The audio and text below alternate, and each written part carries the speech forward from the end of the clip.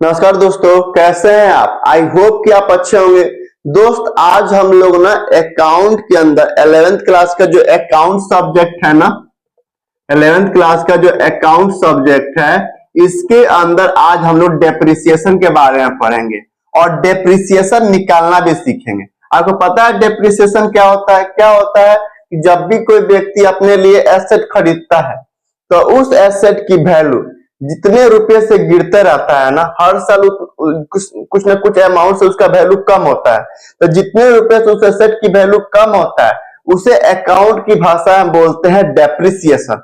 और डेप्रिसिएशन जो होता है ना, ये बिजनेस के लिए इनडायरेक्ट एक्सपेंसेज होता है और ये इनडायरेक्ट एक्सपेंसेज में नॉन कैश एक्सपेंसेज है। इसका जर्नल एंट्री करते हैं depreciation account debit to asset account. ये नॉन कैश एक्सपेंसेज है, यहाँ कहीं कैश नहीं दिख रहा है, इसलिए नॉन कैश एक्सपेंसेज है। और डेप्रिसिएशन बिजनेस के लिए इनडायरेक्ट एक्सपेंसेज है। और जब भी हम प्रॉफिट एंड लॉस अकाउंट बनाते हैं ना, तो उस समय डेबिट साइड में टू डेप्रिसिएशन करके उस अमाउंट को यहाँ पे दिखाते हैं।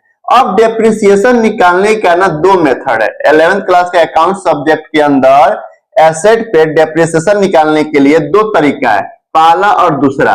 पहला तरीका का नाम है ASLM मेथड, मतलब इससे भी डेप्रिसिएशन कैलकुलेट होता है। और दूसरा मेथड का नाम है रिटेन डाउन वैल्यू मेथड। ये भी डेप्रिसिएशन निकालने का तरीका है। यानी इस मेथड से भी और इस मेथड मतलब होता है तरीका, तो इस मेथड से भी और इस मेथड दोनों तरीके से आप डेप्रिसिएशन निकाल सकते हैं। ठीक है, तो मतलब आज हम लोग जो भी डेप्रिसिएशन निकालेंगे ना, SLM मेथड से निकालेंगे। SLM मेथड में क्या होता है ना, जब भी हम डेप्रिसिएशन निकालते हैं original cost and OC, original cost per हमेशा डेप्रिसिएशन निकालते हैं।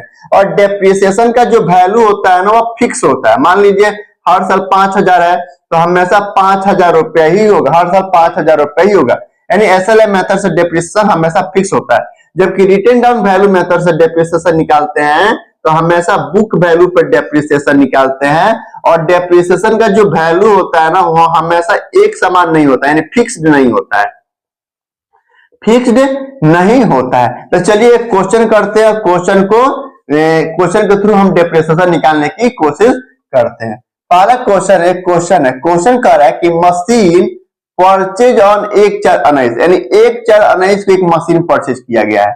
परचेज वैल्यू दाम है 50,000 रुपए मशीन परचेज किया गया है। कह रहा है यूजफुल लाइफ 6 साल है, यानी इस मशीन का आप यूज ज्यादा 6 साल तक आप यूज कर सकते हो बढ़िया से। 6 साल यूज करने के बाद कह रहा है स्क्रैप वैल्यू, 6 साल यूज करने के बाद आप इसे जब बेचोगे तो 20,000 रुपया तो आपको मिल ही जाएगा। 20,000 रुपया यानी 6 साल यूज कर लिया, अब वो मशीन किसी काम का नहीं है, तो आप कबाड़ी में भी बेचोगे ना तो 20,000 रुपया तो आराम से मिल जाएगा। ठीक है, कह रहा है कैलकुलेट डेप्रिसिएशन एज पर SLM मेथड। SLM मेथड से डेप्रिसिएशन निकालना है। तो चलिए, डेप्रिसिएशन बराबर क्या होता है? Depreciation is equal to SLM method से क्या होता है? Original cost of asset, ORIGINAL, original cost of assets minus करते हैं स्क्रैप वैल्यू बट्टा करते useful life of asset. Useful life कितना है? 6 साल है, तो 6 पे डिवाइड कर देंगे। ओरिजिनल कॉस्ट कितना है? यानी ये मशीन जब 50,000 में खरीदा गया है, यही इसका दाम है।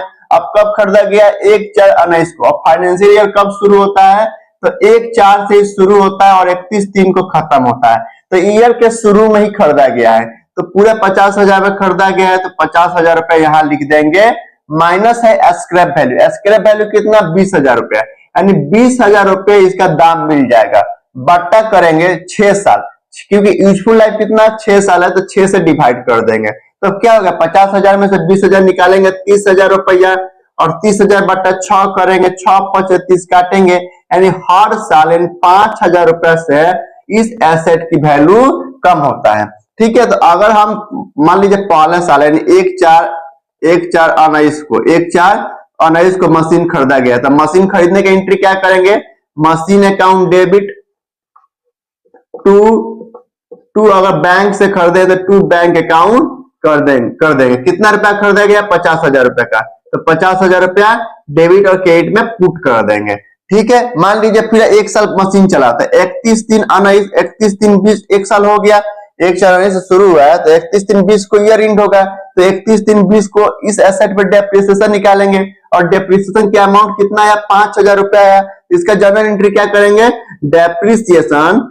डेप्रिसिएशन बिजनेस के लिए खर्चा होता है, तो depreciation account debit to machine account, क्योंकि मशीन का वैल्यू कम हुआ है ना, तो टू मशीन अकाउंट करेंगे। कितने रुपए से, 5,000 रुपया से, 5,000 रुपये डेबिट और क्रेडिट में लिख देंगे।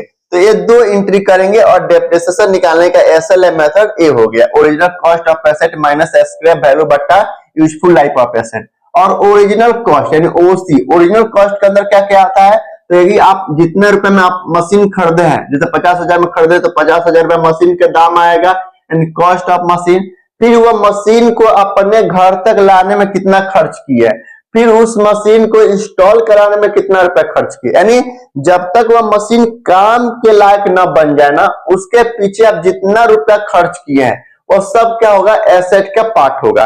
कैसे, जैसे मान लीजिए आप मार्केट से शॉर्ट पैंट खरीदिए सिलवाने के लिए, तो शॉर्ट पैंट तो खरीद लिए, मान लीजिए आपने शॉर्ट पैंट खरीदे 700 रुपए में, 700 रुपए में खरीदे, फिर आपने दर्जी को दिए कितना, 400 रुपया दिए सिलाई कराने के लिए कि भाई सिल दो ताकि हम इसको पहने।